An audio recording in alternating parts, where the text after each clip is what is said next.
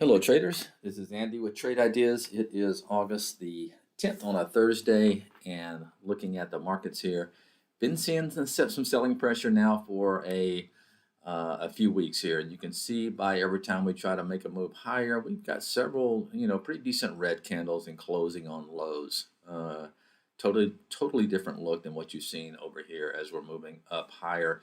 Seeing a little gap up this morning off the CPI numbers. I would still, to really get confident about this market, would like to see it close above this 20 period moving average. Until then, I think you could expect a lot of gyration back and forth.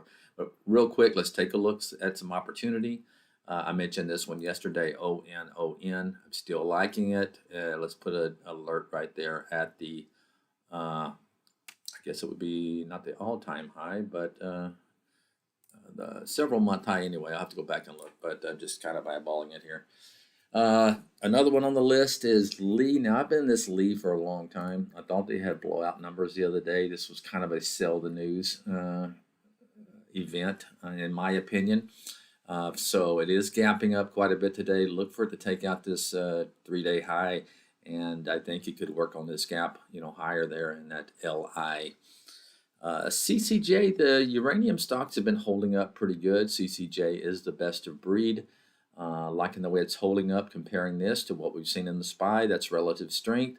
Look for a trade, above this, let's call it a 5-day high there in the CCJ. And one other on my list, and it's TPX. Okay, TPX is, once again, relative strength, closing above all of its moving averages. I would look for a move above the maybe 46.65 level. And then you could be looking at a multi-month high close to an all-time high. So that's it for today. Have a good one. I'll talk to you. I'm actually off tomorrow, so I'll talk to you Monday. Bye-bye.